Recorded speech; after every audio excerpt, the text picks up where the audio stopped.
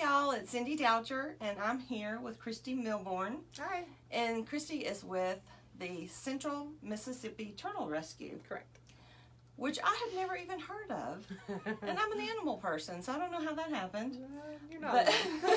But no, but I will tell you, on your Facebook page, you have almost 10,000 followers, so evidently I'm behind on times. And other people are in on this and haven't told me. But let me, first of all, tell me exactly what the Turtle Rescue does.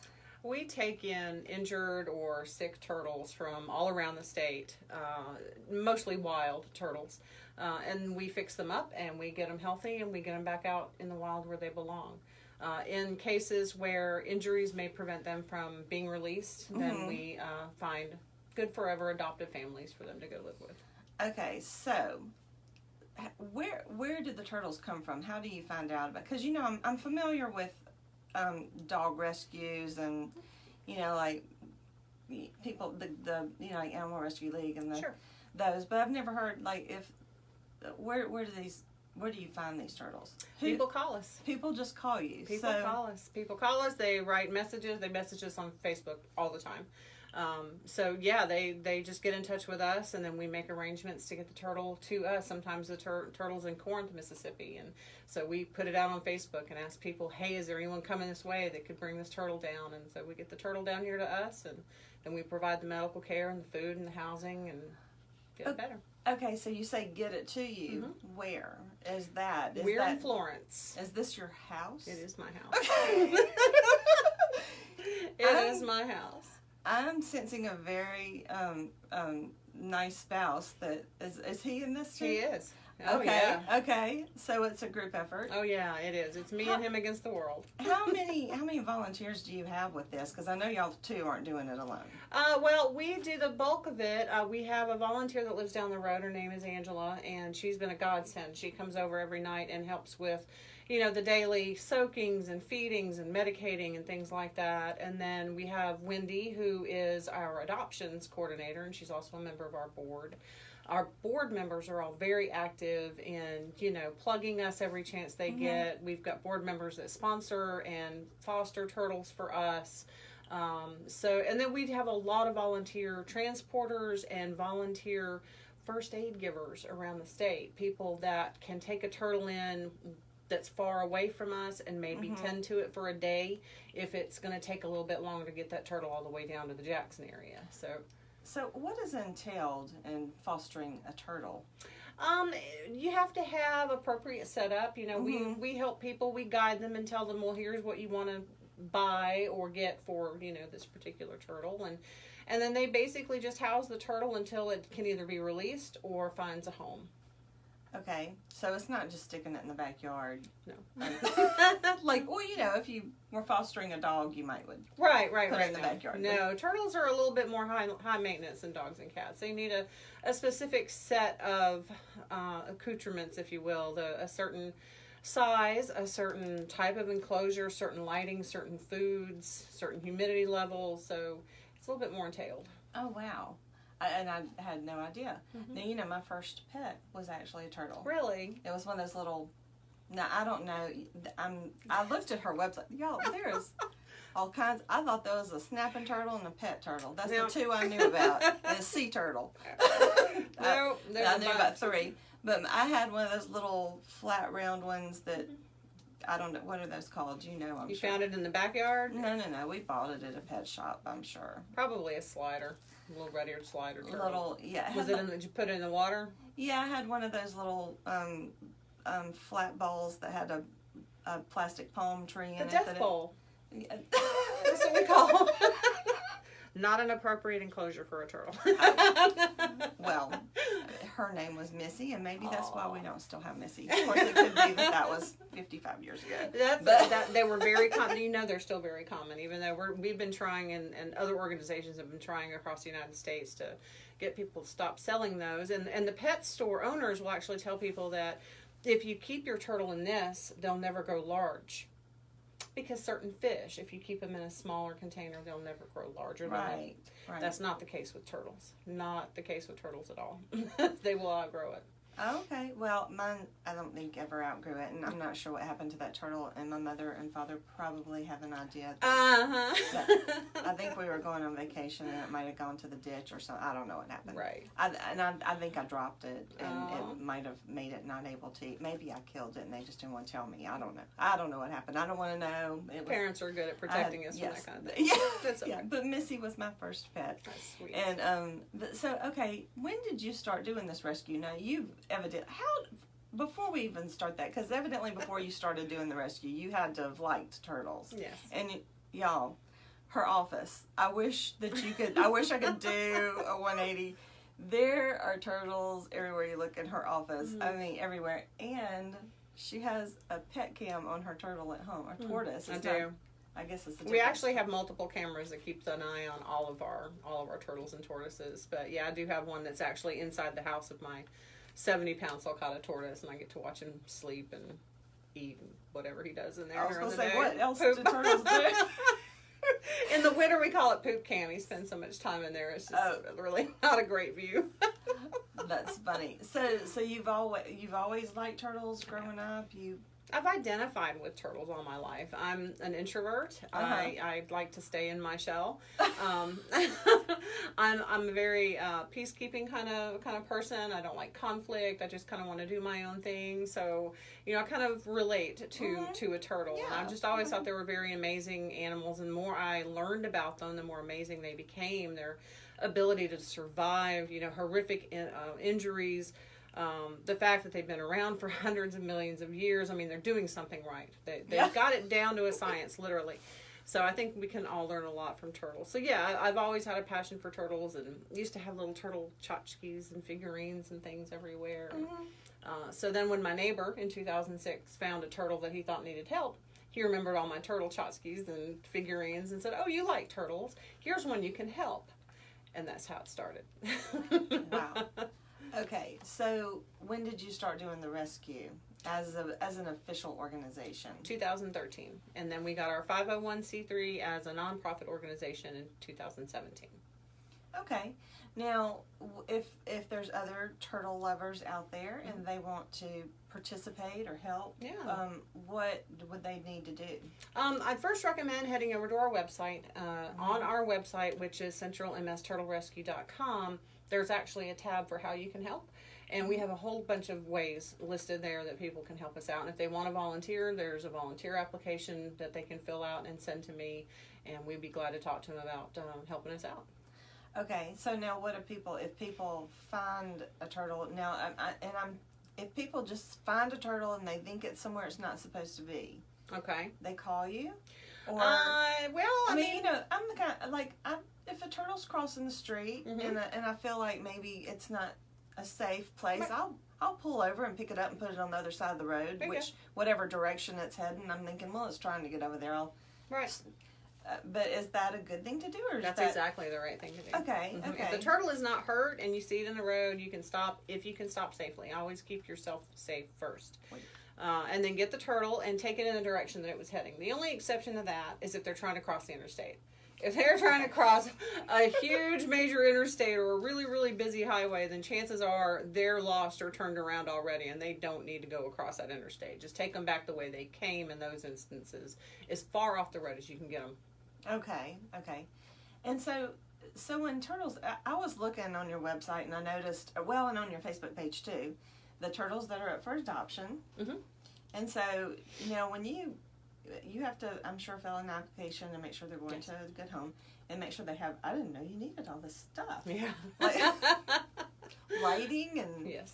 And not the plastic palm tree. Right, not the plastic palm tree. But these are turtles, but, okay, and this is probably a crazy question, but I noticed some of them, you would say they're blind in their left eye or something. How do you know that? I mean... how do you know a turtle's blind? Turtles are very fearful. That is one of the ways they have managed to survive the hundreds of millions of years. They know to be scared of things and run away from danger. Okay. So if you can approach a turtle and the turtle doesn't flinch from you or slide off into the water, it has no idea you're there.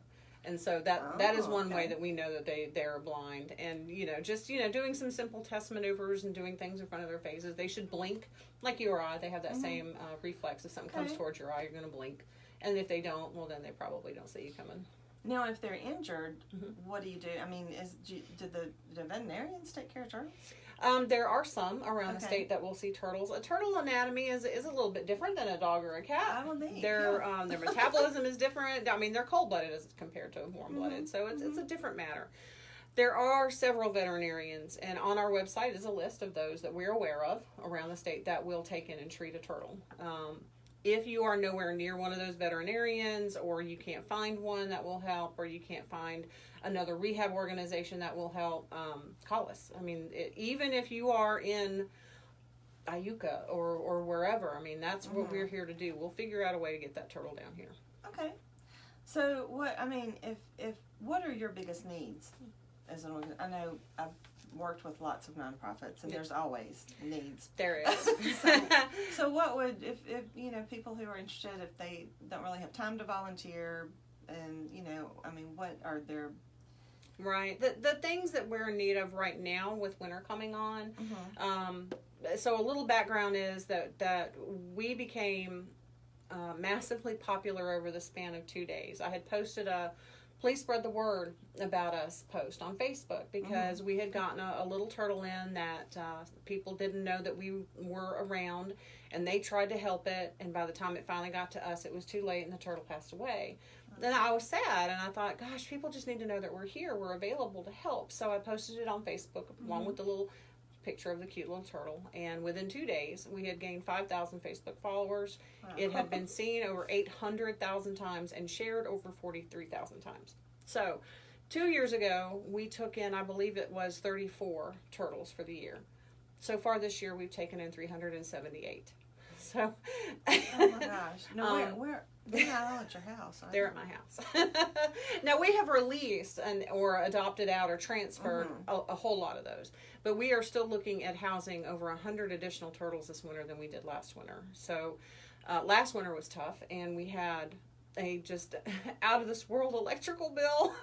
And I'm really, really worried about our electrical bill this year, and keeping them all warm. So I would say our immediate needs, we could really use another building to house all these guys for winter.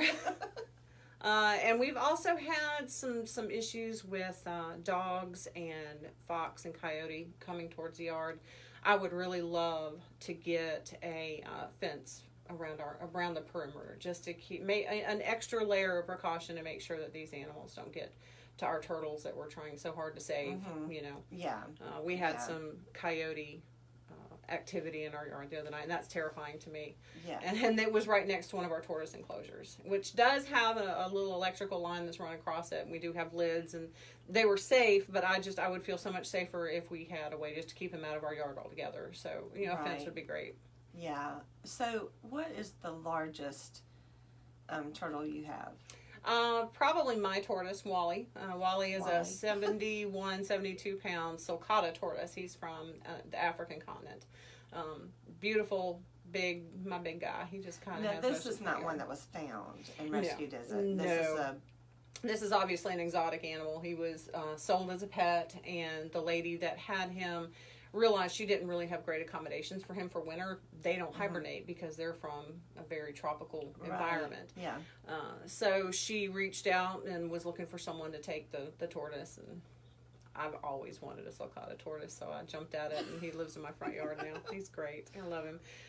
But then our largest wild turtle, we have currently around a 50-pound alligator snapping turtle that is living in a 700-gallon tank in our yard. He's going to go live at the new Mississippi Aquarium on the Gulf Coast. Oh, okay. Yeah. Well, that's nice. Yeah. That's neat that you can take care of them and get them to places like that. All of I don't know if you saw last year the story of the diamondback terrapins. Diamondback terrapins are beautiful brackish water turtles. So they exist where rivers meet oceans. So it's sort of part salt, part fresh water. You don't see them around here very often. And you definitely don't see them in West Memphis, Arkansas. But that's exactly where 21 of them were found in a dishwasher that had been abandoned behind an Asian restaurant for 2 weeks. And so we got a call from actually a dog and cat shelter up in West Memphis, Arkansas, and they said, they're not native here, so our Department of Wildlife doesn't know what to do. We know they're native to Mississippi. Can you help? So we went and got them. 2 were already dead in the dishwasher. The water was black. It was nasty. All of the rest of them were sick. But we do have 11 left, and all 11 are going to go live at the Mississippi Aquarium as well. Oh, that's great. Yeah. That's great. I know that makes you feel good. It does. It does, because they're beautiful, and I'm just really, really glad an educational institution is going to be able to teach others about these beautiful turtles. Wow. And really, that's kind of a neat find to have gotten all those. Mm-hmm. Well, is there, let's see, is there anything else you want to tell people? Make sure and go see the website and follow them on Facebook. Go to the website. We have a lot of great information. If you're just curious about turtles, or if you just have questions about a hurt one that you may find, there's a whole first aid, here's what you do in case of emergency kind of thing, our phone numbers. And follow us on Facebook, because we post stories of different turtles that we get in, and you can kind of follow along with their recovery and see when they're released. And I think it's wonderful. I would love to have y'all along. Well, I'm so excited to find out something new. I had never heard of this, and I just I'm learning new stuff through this Around the Town vlog. And speaking of following, go ahead and follow us on Facebook too. Yes, if you're our follower, follow them too. Right. But yeah, like us and follow us, and we can't do these vlogs without our sponsors. So I want to thank my sponsor today is Posh Maternity in Flowood. She's on Market Street in Flowood, and she has the cutest maternity clothes. And my daughter, when she was pregnant, got some really cute special things for when she has showers, but then she's got some great stuff that's just casual that you can wear every day and that you can continue to wear until you get back into your real clothes. She's got special occasion clothes. We've got, holidays coming up. You might need some holiday things. So if you have anybody in your life who is in need of maternity clothes, cute place to shop. And she started carrying some cute baby gifts too. So y'all go see Neela Gillespie at Posh Maternity. And so I want to thank you for being here and letting me come see your office filled with turtles. And I would love to come sometime and see the real turtles. Sure. I bet that's really fun. I like it. And it's my happy place. Oh. Well, thank you for what you do, because there's just little needs everywhere, and it's nice when people find their niche of where their passion is, and that's just neat that you've acted on that and done something, to be helpful. It's my life. We love it. That's awesome. Well, thank you, and thank y'all for joining us today, and we'll be seeing you around the town.